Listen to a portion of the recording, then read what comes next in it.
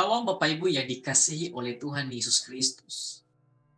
Saat ini saya rindu kita untuk merenungkan kebenaran firman Tuhan. Saya mengajak kita sekalian untuk membaca firman Tuhan di dalam 1 Tesalonika pasal yang kelima ayat 12 sampai 22. Kami meminta kepadamu saudara-saudara, supaya kamu menghormati mereka yang bekerja keras di antara kamu, yang memimpin kamu dalam Tuhan, dan yang menegur kamu.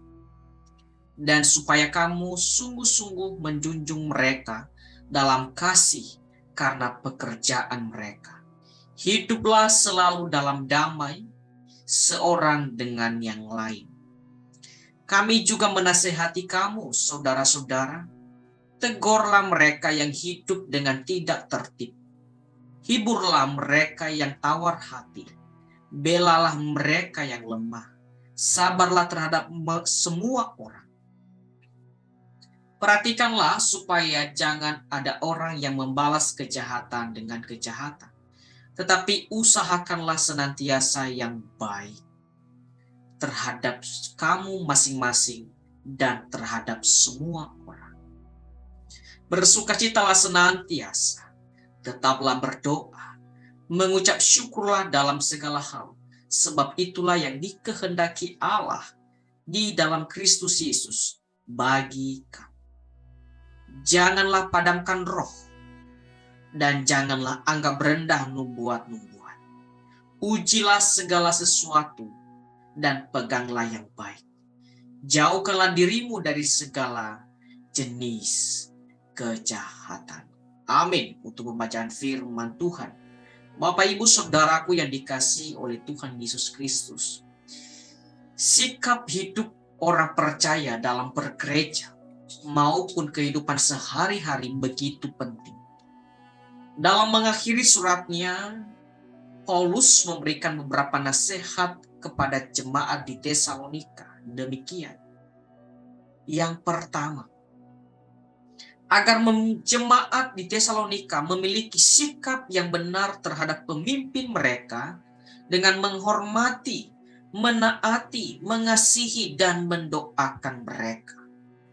Karena para pemimpin rohani telah bekerja keras dalam memimpin dan melayani mereka.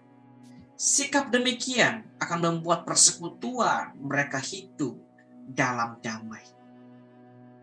Yang kedua, Rasul Paulus menasihati jemaat di Tesalonika dalam hubungan dengan saudara seiman. Mereka harus saling peduli dan menguatkan.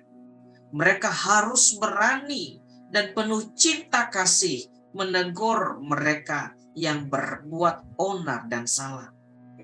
Menghibur mereka yang sudah bertobat agar tidak tawar hati dan terpuruk dalam rasa bersalah mereka.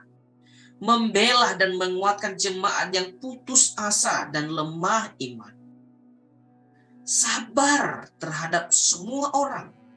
Tidak membalas kejahatan dengan kejahatan, tetapi dengan kebaikan. Jadi yang pertama tadi kita melihat bahwa Rasul Paulus menasehati jemaat di Tesalonika untuk menghargai pemimpin-pemimpin mereka di dalam Tuhan.